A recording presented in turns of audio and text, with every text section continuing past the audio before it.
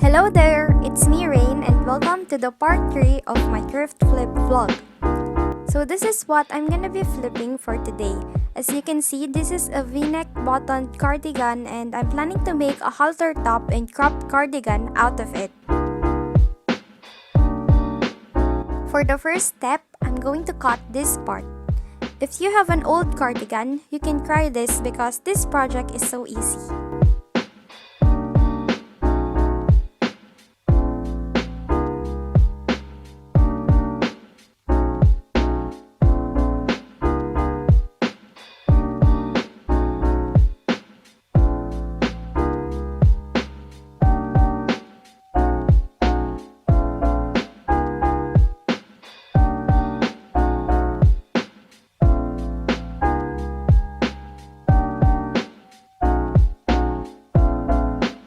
After cutting, keep the excess for later use.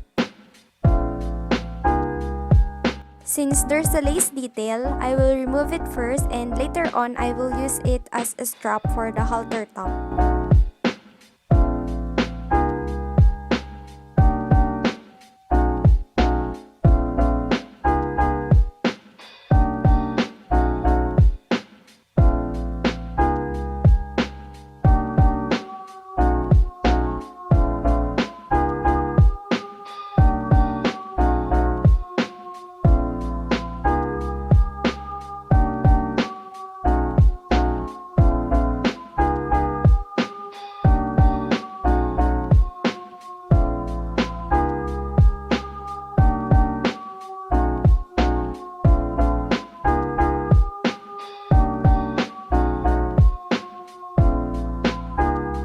In this project, I am going to use a sewing machine to hem the bottom part of the cardigan.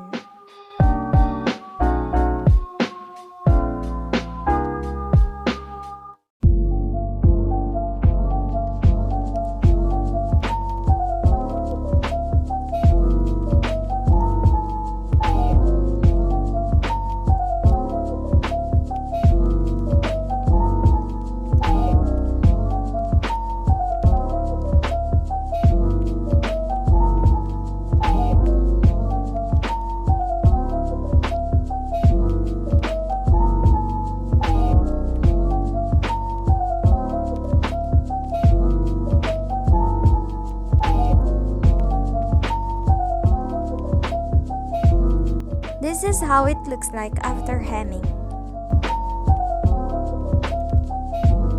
Next is I get the bottom part of the cardigan that I cut a while ago and I'm going to make a halter top out of it. So again, I'm going to use a sewing machine for hemming.